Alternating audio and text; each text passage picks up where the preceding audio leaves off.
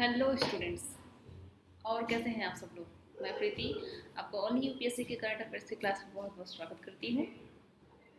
तो आज की करंट अफेयर्स की क्लास शुरू करने से पहले मैं आपको अनअकैडमी के कुछ डिटेल्स बता देती हूँ।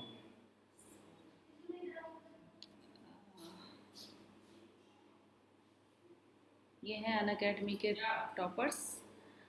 अनअकैडमी के यूपीएससी के टॉपर्स हैं। All India rank 2 Jagriti Awasthi, Apala Mishra 9th rank, Satyam Gandhi 10th rank and Gaurav Budhania 13th rank. आप देख सकते हैं ये हैं top rankers in top 50 UPSC के, जिसमें कि 7 रैंकर्स टॉप 20 में आते हैं, 15 रैंकर्स इन टॉप 50 में आते हैं और 170 प्लस अनअकैडमी लर्नर्स हैं जो कि उन्होंने अनअकैडमी के थ्रू क्रैक किया है यूपीएससी के एग्ज़ाम को।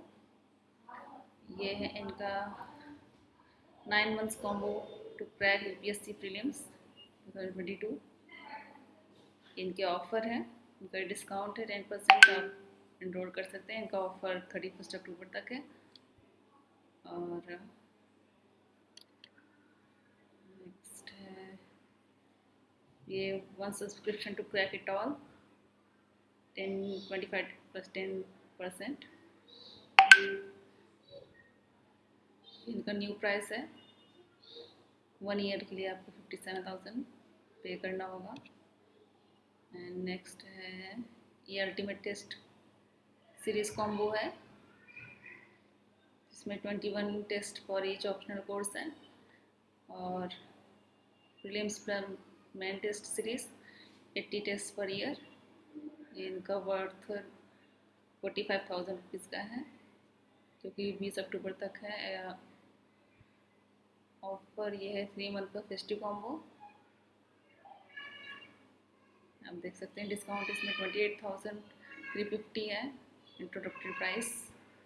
ये है इनके ऑप्शनल कार्निवल, जिसमें अलग अलग फैकल्टीज़ हैं अलग अलग सब्जेक्ट्स के लिए, जो कि 21 अक्टूबर से स्टार्ट हो रहा है। Next new batches for UPSC देख सकते हैं 20 अक्टूबर से शुरू हो रहा है। ये इनकी अलग अलग फैकल्टीज़ जो आपको डिटेल्स में टीच करेंगे। ये जनरल जर्नी 2022 बैच के लिए।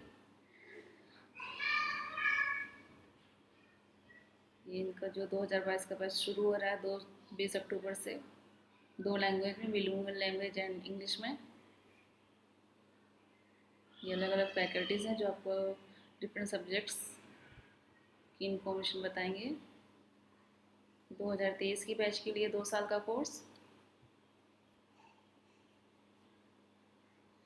ये है comprehensive batches for 2023 English and bilingual language में। 20 अक्टूबर से अलग अलग फैकल्टीज़ हैं, आपको हर सब्जेक्ट की डिटेल्स मिल जाएगी।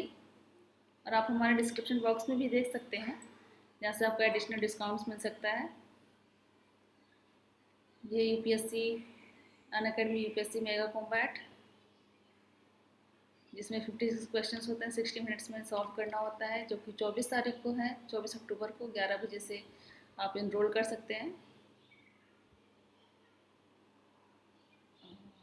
ये है लाइव मेंटरिंग प्लेटफॉर्म, जहाँ आपको live classes, weekly test material, study material और आपके जो भी डाउट्स होंगे उसको सॉल्व किए जाएंगे। और आप यूपीएससी के ड्रीम जो है अनअकैडमी के थ्रू चेस कर सकते हैं। And let's crack it.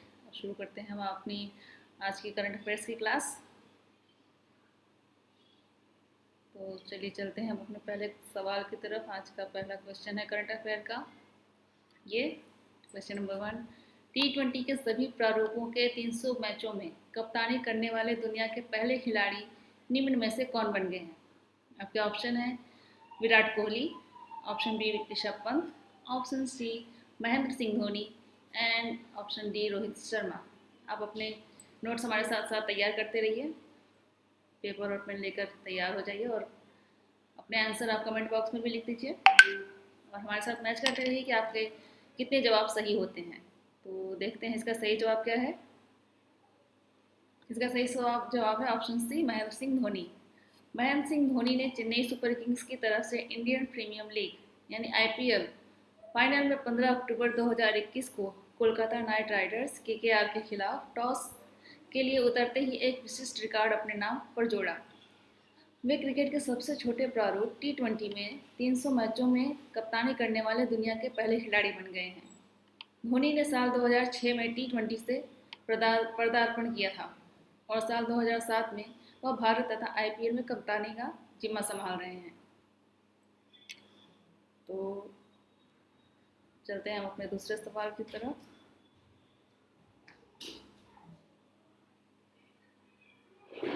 ये हमारा दूसरा सवाल है। उत्तराखंड के मुख्यमंत्री पुष्कर सिंह धामी ने पंतनगर औद्योगिक क्षेत्र को किसके नाम पर रखने की घोषणा की है। आप अपने जवाब कमेंट बॉक्स में भी लिखते रहिएगा और नोट्स भी बनाते रहिए। और इसके ऑप्शन देखते हैं। इसके option A Narayan Dutt Tiwari, option B Harish Rawat, option C Tirath Singh Rawat, option D Ramesh Pokhriyal Nishank.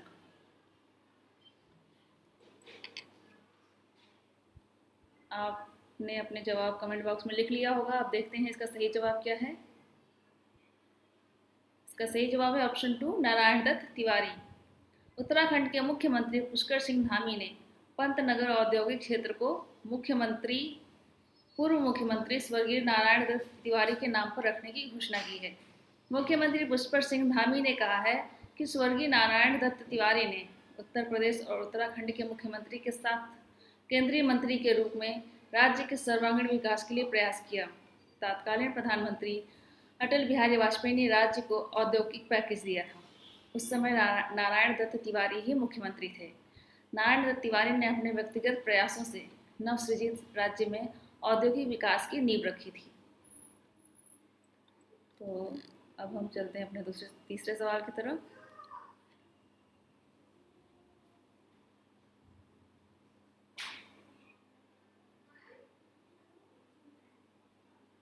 यह है हमारा तीसरा सवाल। अफगानिस्तान के किस पूर्व प्रधानमंत्री का 78 वर्ष की उम्र में निधन हो गया। आपके ऑप्शन है मोहम्मद हसन अखुंद, ऑप्शन बी मोहम्मद शाह अहमद जई, ऑप्शन सी अशरफ गानी, ऑप्शन डी अब्दुल रहीम खाफुरजई। तो आप अपने नोट्स में बनाते रहिए और कमेंट बॉक्स में भी अपने आंसर लिखते रहिए। तो देखते हैं इसका सही जवाब क्या है। इसका सही जवाब है ऑप्शन बी, अहमद शाह अहमद जई। अब इनके बारे में हम डिटेल में जान लेते हैं कि अफगानिस्तान के पूर्व प्रधानमंत्री अहमद शाह अहमद जई का 78 वर्ष की उम्र में निधन हो गया। तालिबान के देश पर नियंत्रण करने से पहले अहमद जई ने 1995 से 1996 तक अफगानिस्तान के प्रधानमंत्री के रूप में कार्य किया। अहमद शाह अहमद जई 1992 से 1994 तक अफगानिस्तान सरकार में विभिन्न पदों पर कार्यरत रह चुके हैं। तो अब चलते हैं हम अपने अगले सवाल की तरफ।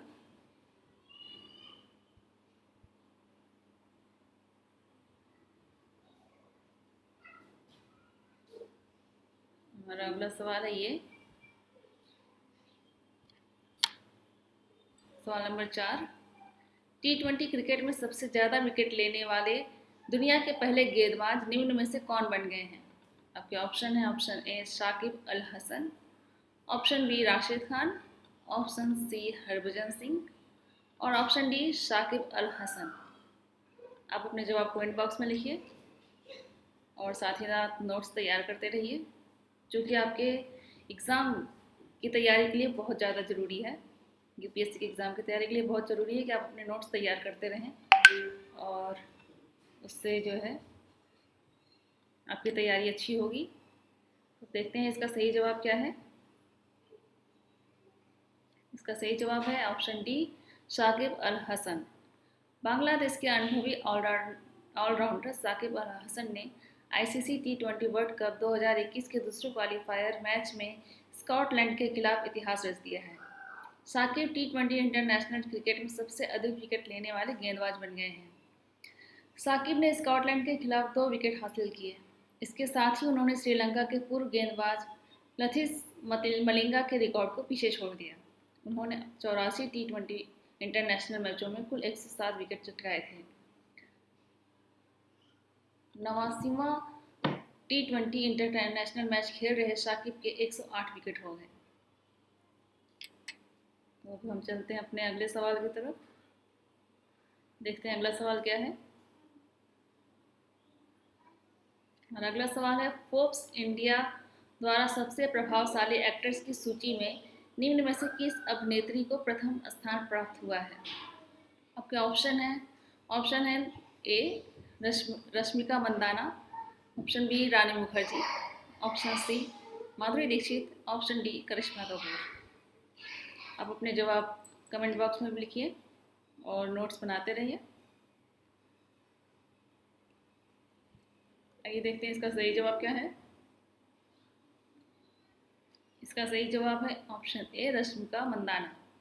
फोर्ब्स इंडिया द्वारा सबसे प्रभावशाली एक्ट्रेस की सूची में शीर्ष स्थान पर आकर रश्मिका ने सामंथा, विजय देवरकोंडा और यश को पीछे छोड़ दिया है।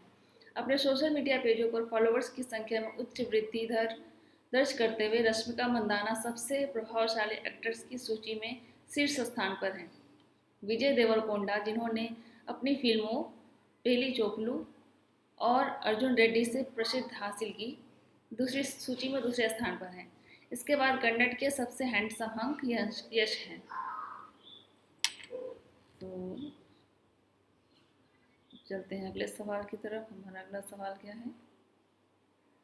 हमारा अगला सवाल है ये, कोलकाता नाइट राइडर्स KKR को 27 रनों से हराकर निम्न में से कौन सी टीम ने IPL T2021 की ट्रॉफी जीत ली है? आपके ऑप्शन है Delhi Capitals, option B Rajasthan Royals, option C Sunriser Hyderabad, option D Chennai Super Kings. अब जिन लोगों को भी क्रिकेट में दिलचस्पी है उन्हें तो ये इसका जवाब बहुत अच्छी तरह से पता होगा कि इसका सही जवाब क्या है। तो देखते हैं इसका सही जवाब क्या है। इसका सही जवाब है option D Chennai Super Kings. Chennai Super Kings ने IPL इंडियन प्रीमियर लीग 2020-21 को फाइनल में कोलकाता नाइट राइडर को 27 रनों से हराकर चौथी बार IPL के खिताब पर कब्जा कर लिया है। चौथी बार MS धोनी की कप्तानी में CSK चैंपियन बनी है। वहीं KKR अपना तीसरा खिताब जीतने से चूक गई। गौरतलब है कि इससे पहले 2010, 2011 और 2018 में CSK ने MS धोनी की अगुवाई में IPL की ट्रॉफी अपने नाम की थी। वहीं कोलकाता ने 2012 और 2014 में IPL का खिताब जीता था। हम चलते हैं अपने अगले सवाल की तरफ। हमारा अगला सवाल है ये, ग्लोबल हंगर इंडेक्स की तरफ से जारी ताज़ा रैंकिंग में 116 देशों में भारत को कौन सा स्थान प्राप्त हुआ है?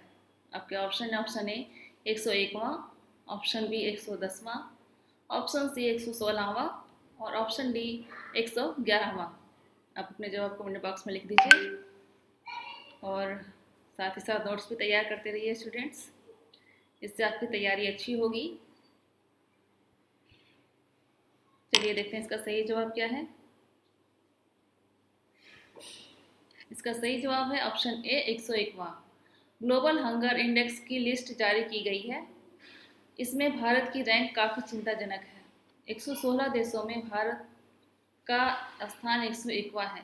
भारत उन 31 देशों में भी शामिल है जहां पर भूखमरी की समस्या काफ़ी गंभीर मानी गई है। पिछले साल ग्लोबल हंगर इंडेक्स GHI की सूची में भारत का स्थान 94वां था और पिछले साल 107 देशों की सूची जारी की गई थी।